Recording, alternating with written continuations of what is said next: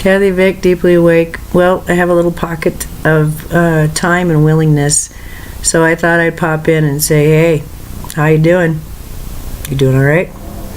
It's a Saturday night in Denver, Colorado, and I myself find myself alone in the apartment, and that's, again, quite curious and enjoyable. I wanted to say that I've gotten quite a few views from the last video that I put out. I mean, it doesn't go out and then 1,000 million people see it, okay? But I like the trend, and I like that like 1 in 4 hit that like button. I thought that was neat, so thank you guys. I really, I meant that with all my heart. I really feel like it's this darkness that that was dogging both Sam and I that we were able to sort of come together and shake on.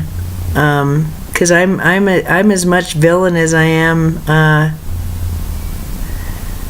protector, I guess, and he's as much protector as he is villain, and we just go round and round sometimes, and it was a good example. What was shocking to me was then listening to Kaipacho Lesher. I saved it for today, and I think it came out on Wednesday, and today's Saturday, and I was floored. It was crazy. The Sabian symbol for the full moon, which was the day that Sam and I had our little coming together, and I had just, it was a very big day energetically. You can tell by the report. The Sabian symbol for that day was pretty much just it was like crib notes for our conversation. It was a conversation of we both need to grow up. We both see that there's an untapped mine in this field, and it's by virtue of cooler heads that it is not exploded. But I think we both can recognize that there's some danger here, and it's time to lay down the weapons, boys. And the part in me that just needed to fight also called truce. It's dawned on me since that there's another key to this conundrum of a bullying energy or of aggression that we all live with in our homes if we're American, and I'll explain. I want to just touch on that.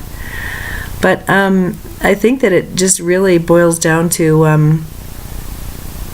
well, for me, I realized that day, and it's been made more clear to me since, that I was coming from a finite well of love. And when I operate from a belief that things are finite, that my resources are finite, that my good is finite, that my money for services rendered or not, that high regard, that these are finite, that they have to be monitored and quantified, controlled, measured, and meted out with care, responsibility, and conservative minds. And that, I realized, I was able to locate it. That for me is my trigger. This tapping into, first of all, applying what is going on or past things to the present and or future. That's a trigger. And pasting onto future, any kind of future thought, lack, or having just vague ideas about lack and then pasting that onto a future. Either way, I realize that makes me clamp down my energy. It's not about free flow then, it's about conserving. restricting, slowing down. And so that was very, very fundamental. But the other was that if you go from this love, hate, love, hate, love, hate kind of thing, then it's a never-ending cycle, isn't it? It's the cycle of, hey, you hurt me. Oh, I forgive you. Oh, I feel so much compassion. Oh, I feel so full of grace and forgiveness and mercy. And, it's getting the hits of mercy and love. And you can do that either by hurting each other first, or just by offering it first. See? And a lot of people are keyed to, you gotta earn it. And we earn love around here by beating each other up first. So that was kind of neat to figure that one out. That it's the victim who runs the show in many ways. And it's the hardest thing in the world when someone's taking advantage of you to act nice to them. Don't you know that?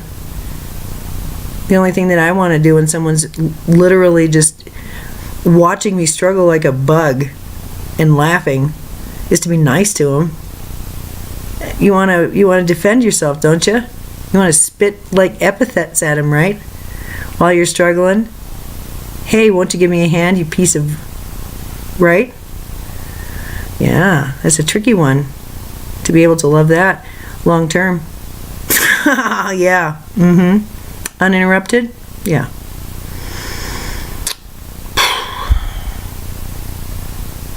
What I heard somebody say just recently, well, the ascension state, that's when you are able to love just unimpeded without any kind of anger for 13 years.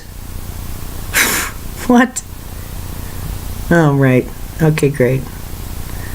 I think that it's that's really, come on now.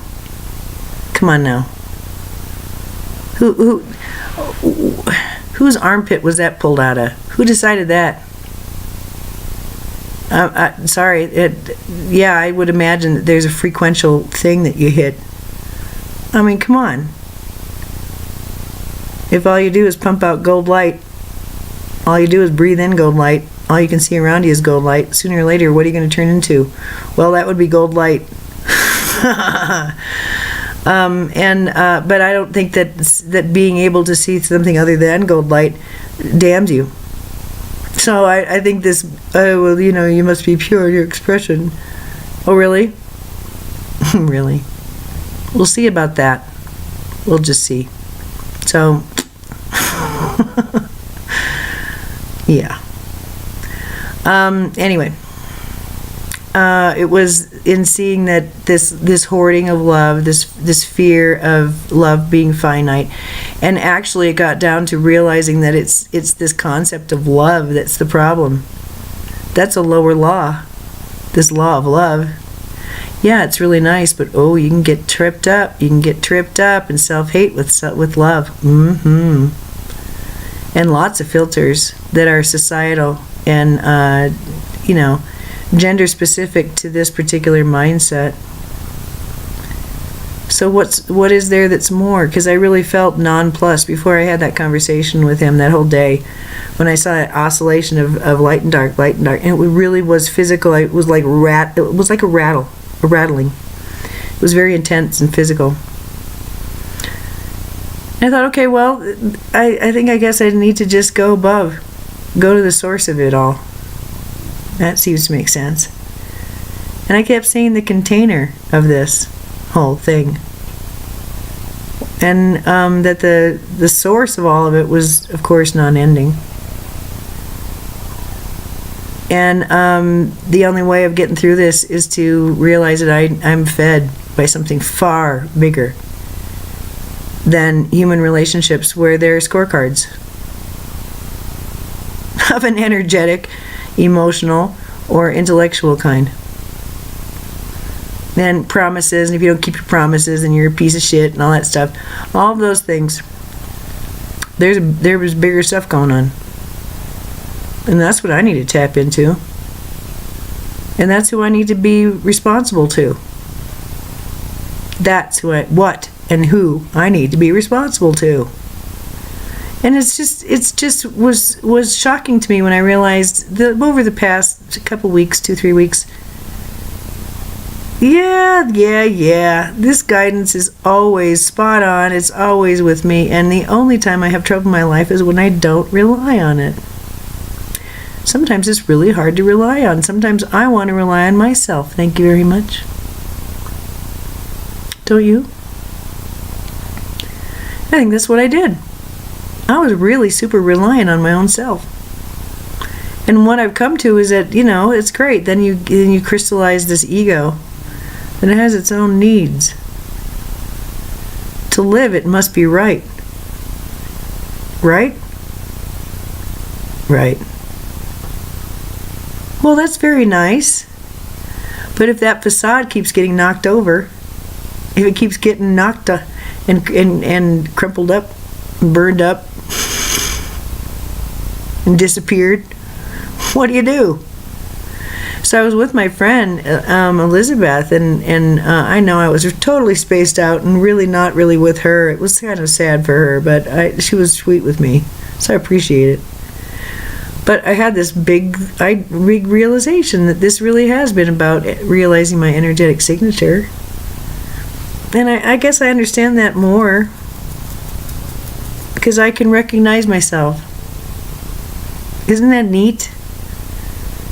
I recognize myself. And before I used to say, there's nothing there. It was just like, anything can come near me, and then it's my job to just sort of deal with it. I didn't have any boundaries. And that was the order of the day. That was the mission. That was the idea.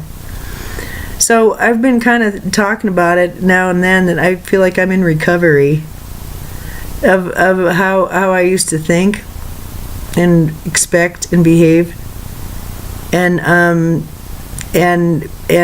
interact. And that's fun. To be in recovery is great. I'm just recovering from the dark, my dear friend. That's it. Just from believing that I didn't have any power, and that this is all a piece of shit, and that because wow, I'll tell you, oh my goodness, it was super dark. And I kept having, really profound and deep and scary death thoughts. I mean, for sure. And it got really intense. And, I might not be in the best shape, but I'm 56 for goodness sake. I'm not 86. But I really felt like, wow, the end is near. And, golly, it's been a while before I had to just kind of think it through. I've had a lot of near-death experiences. I've had a lot of close calls. What makes me think this is any different? And what makes me think that I'm not protected, that I'm unsafe? That, I don't know, did they all go out for a smoke break and get lost? Is that what I really think about my guidance at this point? So I'm beginning to realize part of this is really honestly living it without shame and without really talking about it like I'm shocked. I think that's quite off-putting at a certain point. It's like, why do you keep going on about this shit? It's obvious that you've got this. You're a shaman, okay? Why? And maybe it's just me saying it, but I'm saying it to myself. So it's about time to change just how I'm talking. So it's about relationship. There again, Kaipacha just walks right in and says, okay, that's what this is about. And it's very true. And it was very hard for me to not have hard feelings toward some of the people I had been involved with, which is sad. I'm really sorry, but that's just how it was. And so that's something that I'm having to learn, that I have a natural reaction to just take too much and keep silent and then lose my shit. So I'm having to learn how to just be more open in the here and now and set boundaries in the here and now. And you can only do that with healthy people. Ooh, who don't take boundary setting serious, personally, as like a personal attack. Ooh. So isn't that neat? So I want to tell you how it wound up. For me, it was a really beautiful kind of metaphor. I was on a few dating websites, and I kept just having these long distance text things. And it's like, oh, really? We're going to do this again? Reality? Nobody wants to come close? You know, this just makes you feel like shit, right? Why keep doing this? And I'd even get really, really close to like actually having coffee with someone, and then they'd just like disappear. What?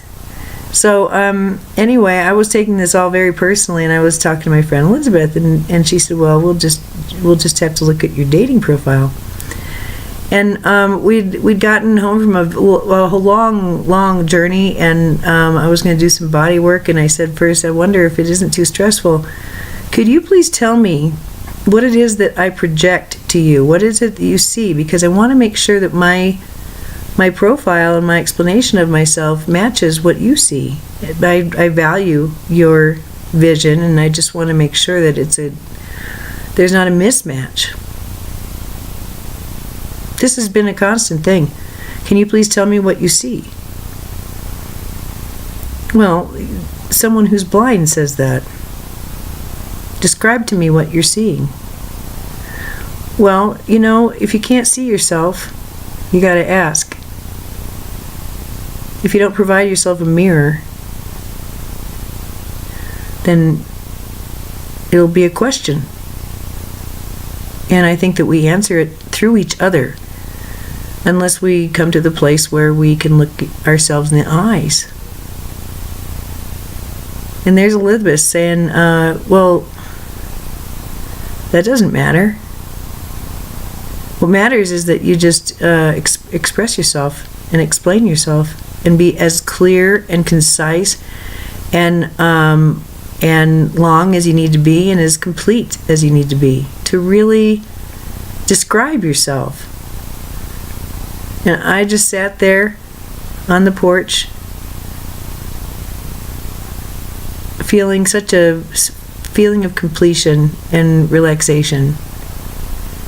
It may have just been simple, friendly advice from a well-adjusted, relationship-oriented person. But to me, it was a revelation. It was a permission to begin a new life. One that doesn't require that I put other people at ease before I get my needs met. That I don't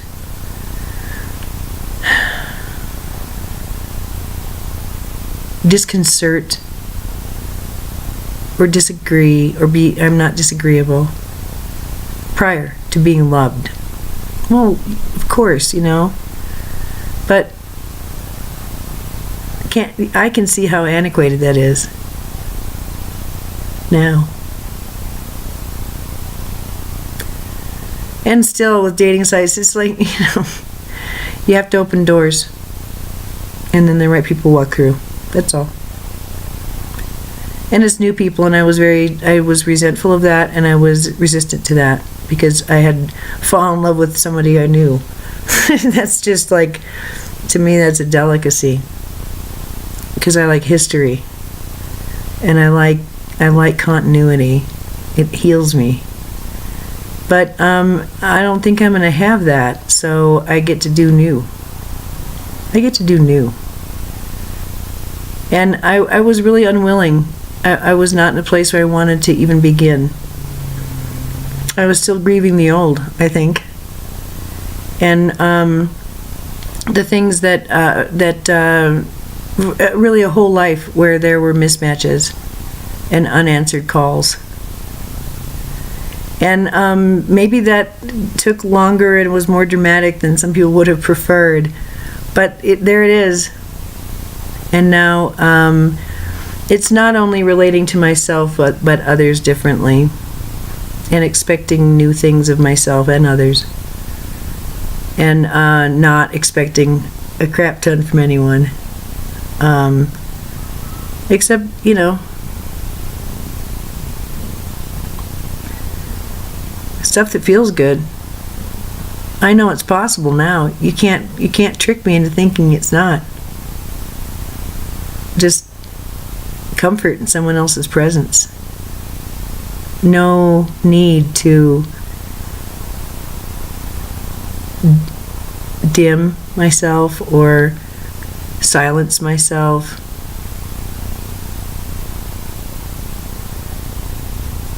And that's rare. That's rare. That's gold. There's lots of other varieties. Platinum and titanium and all kinds of stuff. Different flavors. And I think it's that I'm willing to admit I'm craving. So that's nice. So now I have quiet. I have peace and relaxation. I think tomorrow I'll go chant. I think that'd be a really good way to usher in more of this stability and coming together and self-acceptance. I'm just really enjoying myself more and more and accepting myself more and more and allowing myself to be who and what I am. To end, I'll tell you that the road trip that I took, this journey I took with Elizabeth, it was weird. It was odd. And there were frequential mismatches. So here's what I want to say. I've been told this since 2012, actually, and maybe beforehand, then I just didn't even notice it. But it's never left me, and it's actually intensifying now. But this is not a new thing, new complaint. When I'll be in conversation with someone, just like this, or I'll be on tape, and a person will say, I can see your mouth move, I can hear the words, but I don't understand what you're saying. And it's okay, I keep listening, but I don't understand what you're saying. Well, that's a little disconcerting to hear. I mean, consistently from a lot of people. And my friend mirrored back what I was saying, and it didn't make any sense. It was very tangential. And it kind of caught me up short, made me think, oh my, maybe these people are complaining about a deepening mental illness. Oh no. And I think what it has to do with is just a change in meditation. And I've had that experience. Had I not had the experience myself, I would be more prone to think that it was a psychiatric manifestation. I was actually in a lover's arms, post-coital. And he was telling me about his future plans and what he wanted to create. And he was going on, and he was really, explaining it. I could tell in a very building block kind of way, and but one full of enthusiasm. And it was kind of scary to me because I couldn't understand what he was saying. And he would ask me a question, and I didn't know how to respond because I did not understand. And I knew he was speaking English. And so I've had that experience. And it was, like I said, it was very disconcerting. We're supposed to be at the place where we really, really are connecting, and here it is, I can't even understand you. Uh-oh. I felt like I was listening just to an alien. I really, at that point, I realized we were different. We were different species.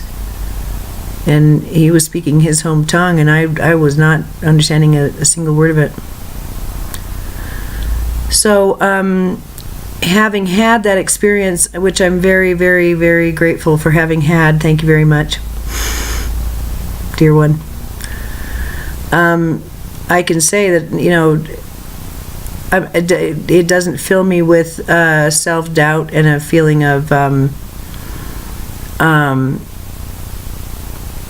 not being able to trust myself, which is what, and panic, that a psychiatric diagnosis can sometimes allow to descend on a psyche. None of that. It's a frequential thing, and it's happening more frequently. And that kind of troubles me because I want to be very effective in my communication, and I don't exactly know how this will all pan out. So I need to, I think, work cooperatively with my team and have them help me to run the most pleasing frequency, because how am I to know this stuff? So it's just been very fascinating to watch this process, because I really do want to put people at their ease, and I don't want to make them uncomfortable. But at this point, I'm beginning to realize that that's got less to do with me, and it's really just makes me very aware. After all is said and done, it makes me very, very aware of how blessed I am when I have someone or people in my life who really can't not get enough of me unfiltered. It's like they really like and need me unfiltered. Well, I like them best. I can run free with them. With the others who complain, I need to dial it back and be silent. And I've been counseled. It doesn't hurt me. It doesn't kill me. It made me cry, because it's just one more example of not being accepted fully. But it's not a personal thing. It just is it's a frequency thing. So I was able to kind of, I'm still buddies, but I do know that there are things that I have to change and manage in certain people's presence for their comfort, and therefore mine. Well, that's more responsibility. And so those are the people I go to when I have to be mindful. And then I have others who I don't have to be mindful around. I can just be me. And it's nice to have a whole bunch of different kinds of people. That's the idea. That's the idea. Not any one person. Although, I'm kind of a romantic, so I think that there might actually be somebody out there who's big enough, talented enough, and creative enough, and connected enough, mature enough to take somebody like me on. And in the meantime, I have friends, and I really am. It's not like a until my prince arrives. It's not like that. It's not like that. I'm more at peace with my natural tendency, which is to be alone, and I'm more at peace with the general understanding that there are a lot of people I don't like. I'd rather just not be around them. And, there's a reason I'm alone a lot. And it's got to do with my preferences. And I don't anymore have any shame around that. So it's a little bit silly to, cry a whole bunch of tears about being alone when that's a natural preference. It's when my solitude is pierced with love. I just get, oh my God! If I have to get back where I'm alone, I'm okay alone. It takes me a while to get comfortable with it again, and it's a grieving process for me every single time.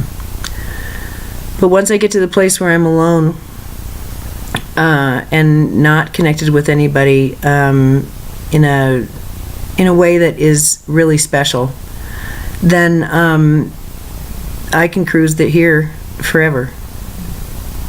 And it takes somebody really special to crash into my planet. So that's been done, and it's a process that I didn't really want to complete this time. But there it is. It just it is what it is. It wasn't what it wasn't. And I'm at a place now where I hope that in past relationships that my having been there was a blessing, and that everyone I've been involved with who isn't involved with me now is absolutely seen and loved and cherished and adored and sexed up and cuddled and nurtured and loved and listened to. All that.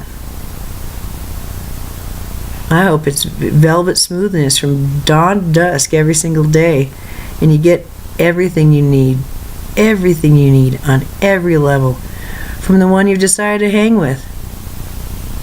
It wasn't me, so I sure hope you have that with somebody else, because I know it's liquid gold over here and you're missing fireworks. So I hope it's really great for you. That's kind of where I'm at right now.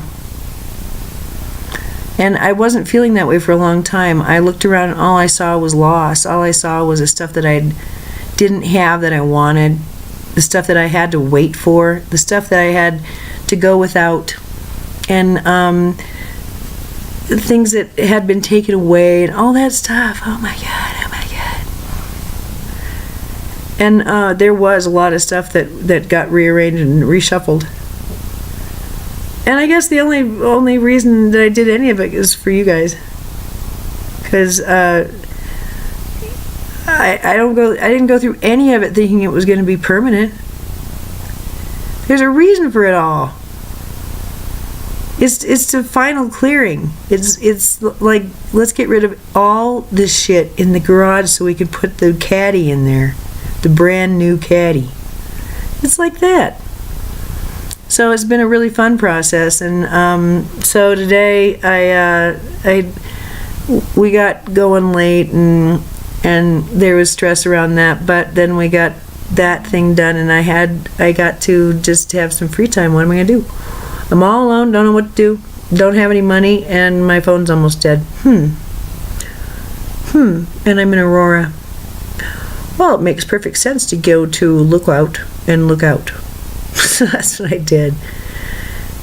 Went to Lookout Mountain, hung out, contemplated, and then drove home.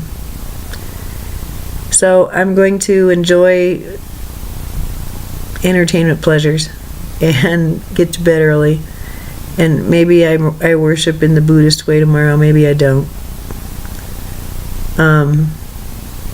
But I anticipate more and more coherence and peace, big thoughts, and really juicy love for other people, for myself. So this is how I want to close. I was thinking about my weird day with my friend this morning, and what I saw was before, every single day after I'd had social interaction, sometimes right afterwards for a long time after, sometimes just upon reflection the next morning, but whatever, it would be like the sheet of glass that would go down. Here's my body, here's a sheet of glass, and then this weight, and I would think about everything I did wrong, everything, until the glass would break. Then I'd walk around with glass shards in my skin for however long it took to just pick them all out. Because I would pick at myself and tell myself of all the things I did wrong and all the ways that they don't like me anymore because I did all these bad things. I know, it's crazy. I know. It was my way of quarterbacking to make sure that I was communicating well, but I can tell. Look at how much responsibility I took for everything. Look how seriously I took everything. Oh my God. So, today I woke up and it's like, yeah, well, that was an experience.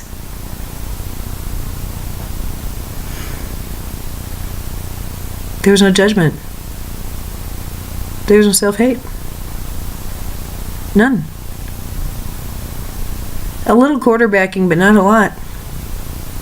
Wonder for the snowstorm we went through. Confusion for how weird it all was and how scrambled I was. Gratitude for the body work I got to do. And happiness that I have a friend. Isn't that neat? I think so. And that's a testament to her and her wonderfulness and her beauty. And also growing up a little bit, or maturing or whatever. So seeing that Kaipacha thing was very helpful. It brought everything together. It helped me see things in a brand new way. And it brought things home.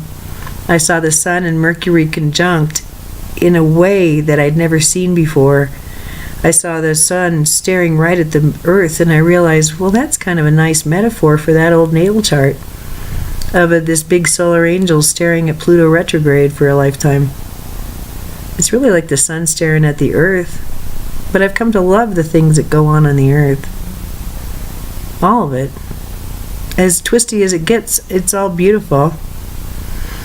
And in that moment this morning, I realized, yeah, that's how I feel about this Pluto retrograde and all of it now. It is the Earth experience. And it like crystallized parts of it. Really amazing, extreme parts of it. And that's great. And this new Taurian influence and all the beauty connected to it really is kind of settling upon me. A new way of reacting and interacting is upon me, made evident by Elizabeth's admonition to just like be myself. Oh, what an amazing thing. Oh, just shine bright and clear and true. Oh, all right. I guess I could do that. And very specifically, she said, ask for what you want. And if there's anything I learned in my travels in the sex positive and polyamory community, it was that. Always be true to your nose and ask for what you want. And don't be troubled by hearing someone else say no. Allow them that freedom so you can have it too. So these are things that are coming home and hopefully making landfall. But hopefully without the fear attached to it all, and the heaviness, and the need for someone to lift from me a burden that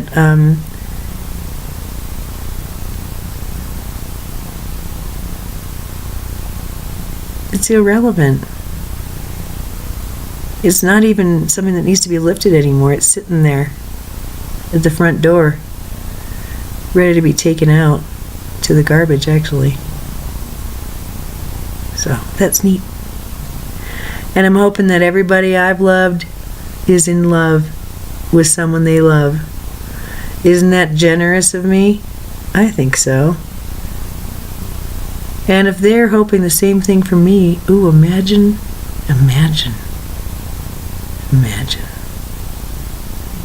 Imagine the release, the freedom,